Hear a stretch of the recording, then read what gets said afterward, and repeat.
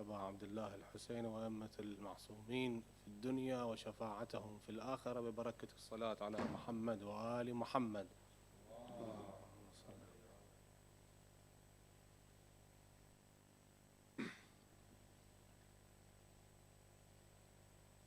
أعوذ بالله السميع العليم من الشيطان اللعين الرجيم. بسم الله الرحمن الرحيم.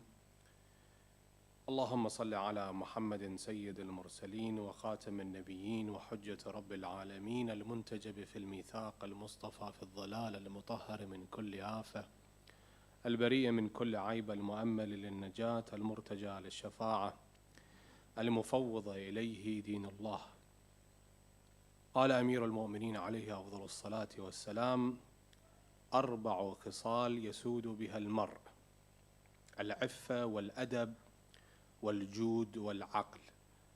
Imam Ali ibn Abi Talib عليه أفضل الصلاة والسلام, Amir al-Mu'mineen, the commander of the faithful, has said, there are 4 virtues that qualify a man for chiefdom: chastity, generosity, magnanimity, and intelligence. When a person looks into keys to become successful, there isn't one key. There isn't one special ingredient. There are many keys and ingredients that can make an individual successful. And the definition of success itself, it varies from one another's perspective. For example, for some people, the portfolio, when it comes to how much he has in stock market, determines if he's successful in that sense or not successful. This is the people who follow up Warren Buffett, Bill Gates, and Elon Musk. You know, they have this kind of perspective, that this kind of ideology. How much money I have determines if I'm successful or not.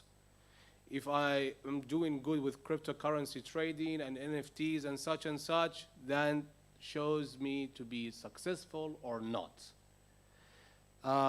If I am running my business successfully, making good grants and getting a lot of government help, and I'm making a lot of income, then that determines also my success.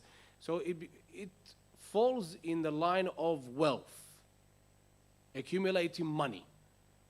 So in that point of view, they come and they think of it, if I'm an entrepreneur in this sense, I'm a successful person. And if you ask these people, you ask them who is a successful person, they straight away tell you name of 5 or maybe even more, rich people that they made it. Mark Zuckerberg and Bill Gates and Elon Musk and such. Because for them, this is success. But when it comes to the Islamic point of view, when it comes to success and how can you be a successful person, Islam has a different point of view. Islam doesn't just say wealth. Islam says wealth is one of the things that falls in the line of success. Because we are getting close to the birthday of Amir al-Mu'mineen Ali ibn Abi Talib alayhi afdalus salati was salam, I mentioned the hadith of the Imam, Amir al-Mu'mineen. He says, 4 خصال يسود بها المرء. There are 4 virtues that qualify a man for chiefdom. One of them is what? Al-'iffah, wal-adab, wal-jud, wal-aql. There are 4. Iffah, adab, jud, wal-aql. For you to become what? The Imam says here, for you to become a sayyid, a chief. Sayyid means a master, someone who is respected in the community. Those 4 can make you a successful person if you follow these 4. And every one of them is hard to follow. I go through one by one. Number 1, al-'iffah. 'Iffah is what? 'Iffah is modesty. 'Iffah is chastity. 'Iffah is putting a limit of what you do or halt of what you do, stopping of what you do. It's modesty and it's chastity. That's what iffa is. And we have different types of iffa. The iffa, the modesty of the eye, the chastity of the eye. Now, in this time and age, I was speaking with my younger brother on the way here, the amounts of technology that we have in this time and age wasn't in the time that I was his age. For example, in our time, if someone wanted to watch a movie, they had to go to a Blockbuster. There was a chain of video shops called Blockbuster. I don't know if you even heard of them. Or Video Easy. There was Blockbuster, Video Easy. You go there and you get video cassettes, not even CDs. Later on, we had DVDs, and Netflix came and they took over. In my time, that was it. You go there. When I was his age, we used to go there, get a video cassette, VHS. One movie per one VHS, okay? And when you watch the movie, you have to rewind it when he returned it. Now, you and me, if we sit down on, let's say, Disney Plus, how much of content you have there? Thousands, millions of hours. Sahih or not sahih? Right, yes? So, the eye here, can I let my eye see whatever it desires? Whatever it desires on social media, on these different types of platforms that you can watch TV shows and movies. And you know, unfortunately, Netflix comes and they push down for your age and even the younger generations the LGBTQ, and every day they add a new, letter to it. Tomorrow you're gonna see the whole alphabet, huh? Every TV show, when you watch there, they have to bring one of those people to normalize it. So this comes into the chastity of the eye, and they have this, because I work also in technology. I know this, and even if you have just a normal TV. YouTube channel, you can see that how many people watched a video clip that you have uploaded and when they stop. You know, Netflix does that. Netflix comes and they analyze it. They say, okay, we have now some TV show, all right? It's, for example, Ozark. I don't know if you heard of that. Ozark is uploaded, it's right there. How many people watched it? How many hours it's been watched? And when they stopped watching it. Some people, they stop. They go halfway through and they say, no, this is not my cup of tea, or I don't want to continue watching this.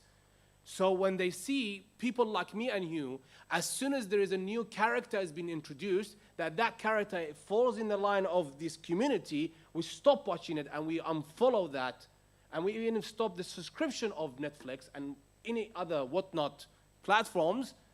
They say, this is not for this community. But when they see me and you, we watch this, and we have no chastity of the eye, there's no itfah. What do? They continue making them. That is for the eye. And then it comes the chastity, the modesty of the ears. These two, see? Allah gave us one mouth, one tongue, 2 eyes, and 2 ears. Why? Because for you to listen more, than to talk more. You don't have 2 tongues, you have 1 tongue. And even the tongue has what? Has different guards that guards the tongue. And we come to the chastity of the tongue, the modesty of the tongue, the iffa of the tongue. The ears, you have 2 of them, al-udhun. And you listen more than you talk. But what do you listen to? What do you listen to? If you go to, and of course, many of you might have this, you have your own YouTube, subscription, or you have your own YouTube channel or YouTube account. How many of their, history, if you look at that, or playlist, it's something that you can learn from. Lectures or TED Talks or motivational speakers, Quran recitation, ad'iyah, supplications, amal. How many people they do that, and how many people they have what? Trash. That's the best word, with all due respect to all YouTubers out there. Trash. Hours, with no end to it. You just listen and listen. But there has to be what? A limit. You say, no, this is not for me. If you sit in a gathering, they do ghiba, they do namima, they do kadhib. You say, I don't want to be involved in here. So you have that chastity of the ears. You have that modesty of the ear. You have that iffah of that. Then the tongue, we spoke about the tongue. This tongue, Amir al-Mu'minin alayhi afdhalu salati wa salam says, the tongue, al-lisan, jirmuhu saghir wa jurmuhu kabir. Jirmuhu, that means the size of the tongue, it's small. It's small size. If you weight it, it's not that much. But the crimes that this tongue does, it's beyond imagination. For example, Hitler was known to deliver this very moving public speaking lectures. And if you look at it, even though you don't speak German, you can see the body language and the screaming, and he gets them wild up. Oh, let's go kill and let's go invade and conquer. Who does that? What does that? The tongue. You can't do it in a sign language, you do it with the tongue. But the tongue, what kind of good and what kind of bad it does here, it falls under your control. Under your control. That I here can recite supplications in the month of Rajab, Sha'ban and Ramadan. Or I can lie, I can backbite, and I can do hundreds of other sins with this small piece of meat that Imam Ali says. It's a piece of meat that it's small, but the crimes that it does is beyond imagination. This piece of meat. And then comes the chastity of the pen. Pen's what? What do I mean by pen? Because today in social media, we don't care what we write. Have you heard of cyberbullying? Many people, unfortunately, because of such people, they bully them online, on social media, they commit suicide. And this is a reality we live in, and a sad reality we live in this time and age. That they come on social media, on Facebook, Instagram, and Snapchat, and God, every day there is a new one, TikTok, and they come and write some, bad comment. For that, you will be judged on the day of judgment. And some people, they don't care. They don't care. Which picture I shared, which picture I liked, which picture I posted, what statement I posted, what I did with the statement that was posted by someone else. For everything here, Allah subhanahu wa ta'ala will judge you. And this is what we have in the Quran al-Kareem. Mithqala dharra. Allah says, if you do good of mithqala dharra, an atom of good, you see the result of that. An atom of bad, you see the result of that. So when it comes to pen, that means writing, typing. Social media, you have to know there is a limit out there. Don't like every picture you see. Don't write comments for everything you think, oh, let's be funny here. The other person might read that, and that really hurts their feelings, especially if that person is a mu'min, if they are a mu'minah. I had a friend of mine, he's overseas. He does public speaking as well. He said, on my own YouTube channel, someone wrote something very hurtful. And because of that, I stopped reciting lectures. Because really, deep down, he was broken. He said, I do it from the bottom of my heart. I like to serve the community, but that comment got me to a place that I am stopping everything. I don't want to do it anymore. And of course, after many talk with him, I encourage him, don't worry about it, just delete that. You know how many people that comment on my own YouTube channel? I don't care, come and delete that. Who are you to comment on my lectures? Go do your own lectures and see how you do them. But you have to be careful here.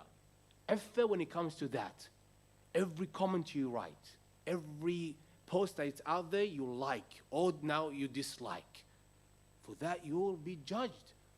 So when it comes to pen, when it comes to social media.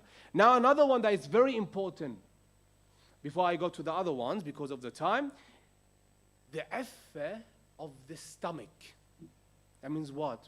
I go to Willie's, I go to Coles, I'm hungry, I'm looking for something to eat. I have these munchies, I want to watch binge watch a TV show with halal content. And I see that there is an aisle that sells a lot of halal, of course, and a lot of haram. Halal and haram.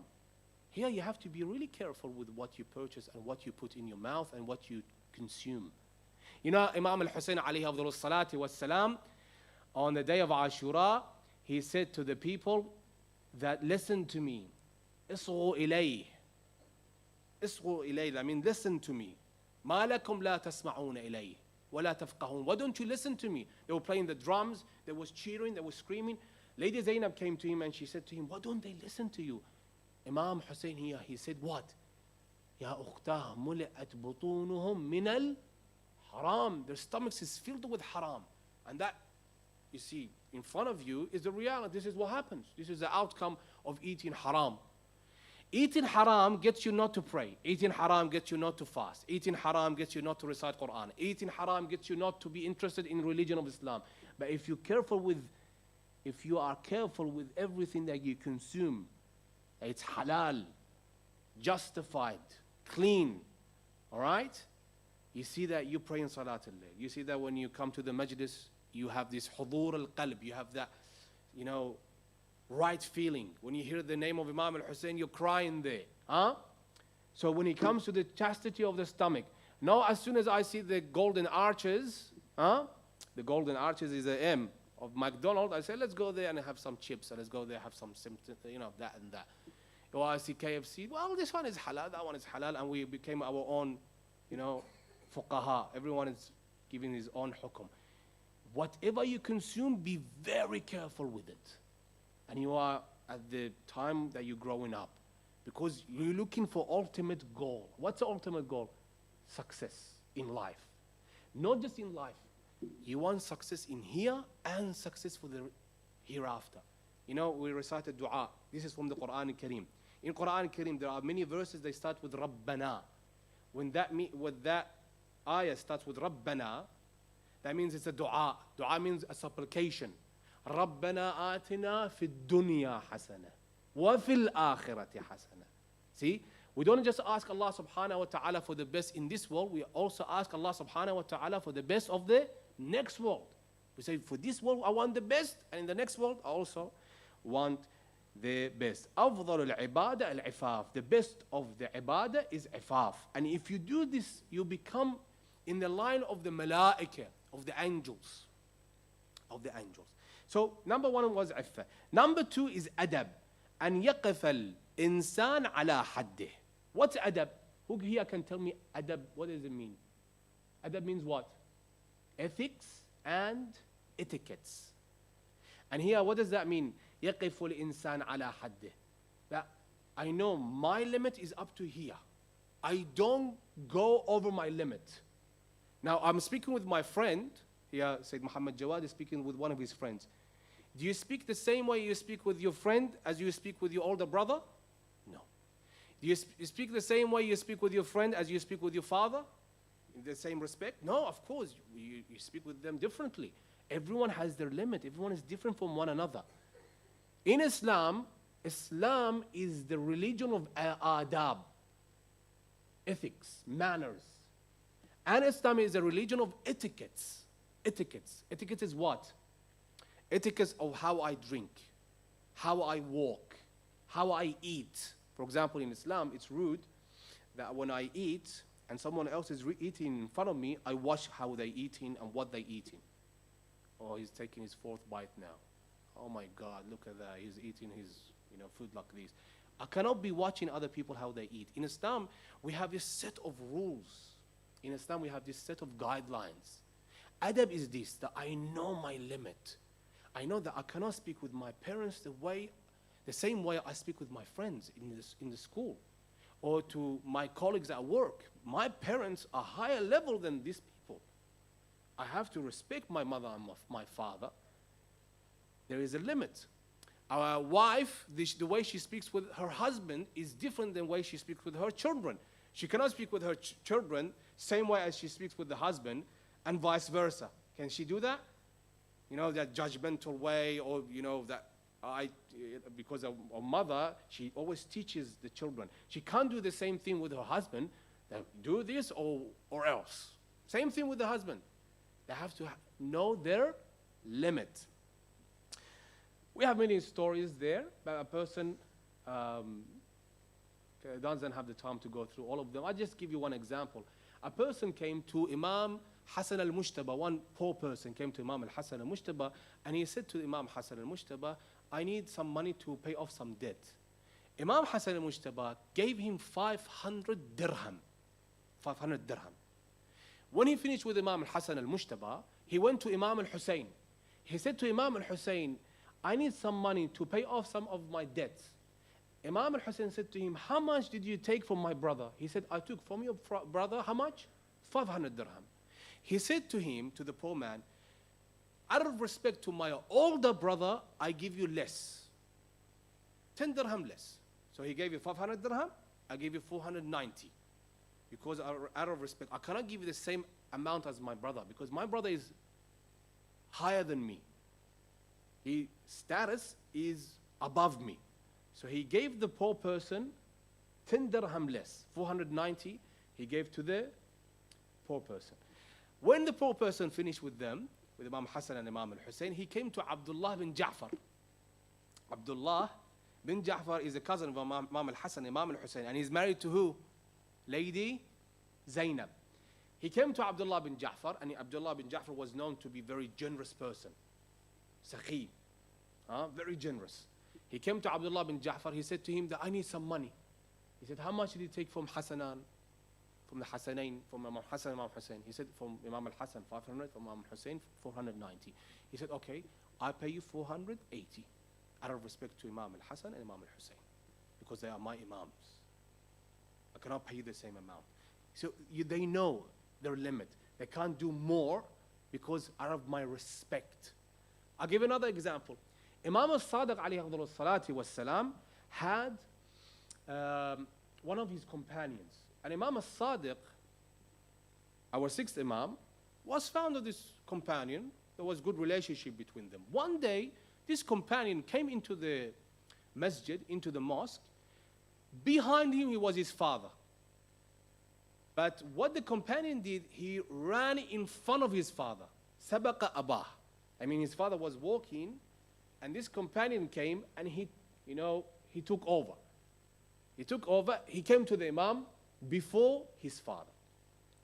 Sometimes the father says, it's okay, go before me, reach the place before me. But here, he was disrespectful. And Imam saw that.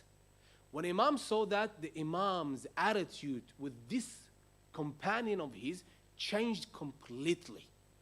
Completely changed. He wasn't speaking to him like he was speaking with him before, because of that one moment of disrespect. Because there was no adab. There was that one moment. And Imam al-Sadiq alayhi salatu wasalam was very upset with this companion. As, why did you take a couple of steps before your father? This is disrespectful. You cannot do something like this. So it's very, very sensitive matters that you have to look at. In Islam, in our cultures, it's rude to look into the eyes of the father or the mother when you speak to them. Of course, in some Western cultures, they say it's a sign of honesty. But in our cultures, in Islamic religion as well, do not look them into their eyes. Don't raise your voice above their voices. وَلَا تَقُلْ لَهُمَا أُفٍّ وَلَا تَنْهَرْهُمَا. Often means what? Not even one word that makes them upset. Off is the least they can say in Arabic, and Allah subhanahu wa ta'ala mentions that in the Holy Quran. But don't even say that to them. Be very careful how to interact with your mother and father. So that was the second one. What was the first one? Affah. The second one is al-adab. What's the third one? Third one is al-jud, generosity. What's the opposite of generosity? Huh? What's it? Greedy, that's tama'. But bukhul, what's bukhul? Huh? Opposite of it. Opposite of generosity is stingy, yeah? Stingy? Cheap, stingy. That means I possess something, I have it, but I don't want to share it with other people. I don't want to share it. Bakhil is that person. Sometimes you don't have it. I don't have it to share it. You're not bakhil. But sometimes you have it, but you don't share it. Jude is generosity. If you have this virtue, you have a better chance to reach success, to be successful. If someone comes to your house, you bring to them everything you have in your house. To do what? To host this person, to become a very good host. Tea, drink, fruit, whatever.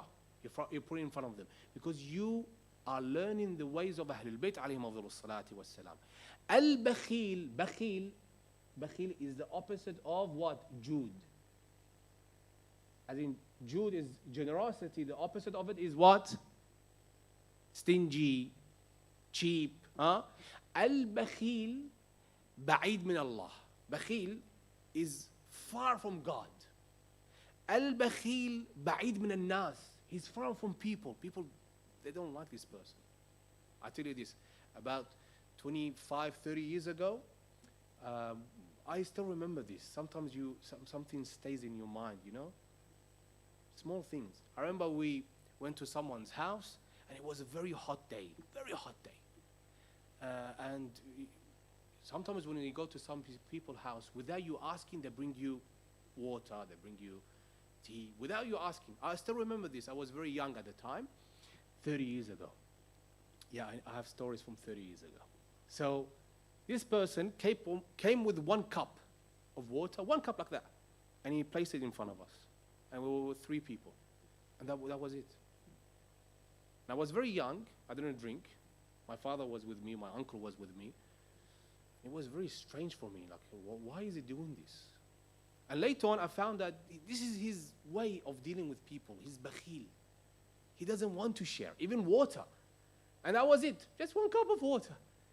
You know, the small things sometimes, unfortunately, defines you. You know, they say he's bakhil. And of course, we don't want to give more than that, because if you do more, you become what?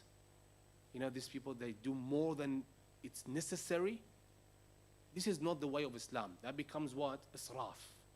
If you know, for Shahr Ramadan, we're coming very close to Shahr Ramadan, you have invited 3 to 4 people of your friends to come for iftar. You're not gonna put for them a sofra with, 100 types of food. No, because this is israf. This is israf. This is overspending. And Islam doesn't want that. All right? But bakhil is that person who doesn't give enough. There's a limit, of course, here as well. So we said al-bakhil ba'id min Allah. Bakhil is far from God. Bakhil ba'id min al-nas. He's far from people. Al-bakhil ba'id min al-jannah. This is one of the hadith of Ahlul Bayt alayhim afdalu salati wassalam. That bakhil, he is also what? Far from paradise. And we said bakhil is what? Stingy, huh? Cheap person.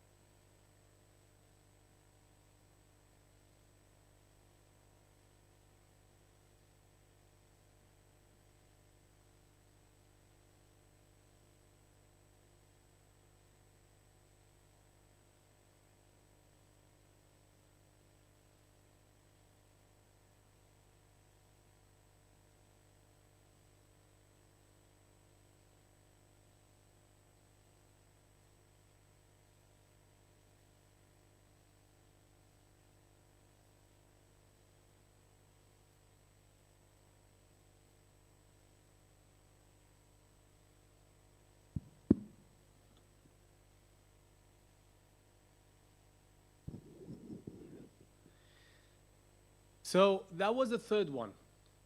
Just a very quick recap. The first one was what? Iffa. Yes? So I know my limit when it comes to my eyes, my tongue, my ears. Huh? What I do. Because you are always under constant surveillance. If there is a CCTV camera always looking at what you're doing, your actions is much different than someone who is not watched by anyone. Understand? So Allah subhanahu wa ta'ala, He's always watching what you're doing.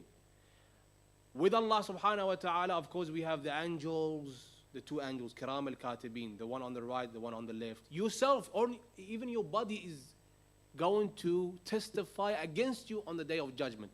In Surah Yasin, we have اليوم نختم على أفواههم وتكلمنا أيديهم وتشهد أرجلهم بما كانوا يكسبون. In Surah Yasin, we have this, that their hands, they testify against them. The body parts, they testify against them. Huh? Their eyes, they testify against them. And then the tongue, we have the hadith and we have the ayat that say the tongue tells them, why are you testifying? They tell him, be quiet. All these years on earth, you were the one, protecting us from such and such. But now the Creator has made us talk. Yet, so you cannot tell us not to say something or not to say that, not to say that. So Iffa is number one. Number two was what? Al-adab. And number three was al-jud. Number four and the final one before we go to salah is al-aql. Aql means intellect. Key to success is this, that you have intellect. You are aql. The opposite of aql is what? What's the opposite of aql? Jahil. And we have in Arabic, we say jahal. When jahalak? Where are your children? But we say jahil. Jahil means he doesn't know. He cannot tell the difference between good and bad. Aql knows the difference between good and bad. And aql makes a whole list of ways to make a decision. Now, if I want to make a decision, for example, to which uni I go to, I call unis, I sit down, I speak with people that are also already in uni, graduates from uni. Why am I doing that? For me to make the right decision. Aql does that. Intellect person who is intellect, who has intellection, who is what? Who is aql, does such a thing. But a person who is not aql, he just dives into many things without even doing one small research. And then later on he says, oh, I'm unsuccessful here. I failed here, I failed there. May Allah subhanahu wa ta'ala grant us to become one of the companions of Imam al-Hujjah alayhi afdalu salati wa salam. We recite together dua al-faraj, then we go inshallah for salah. Bismillah ar-Rahman ar-Rahim. اللهم كل وليك الحجة ابن الحسن صلواتك عليه وعلى آبائه في هذه الساعة وفي كل ساعة وليا وحافظا وقائدا وناصرا ودليلا وعينا حتى تسكنه أرضك طوعا وتمتعه فيها طويلا يا رب الحسين بحق الحسين اشفي صدر الحسين بظهور الحجة. صل على محمد وآل محمد.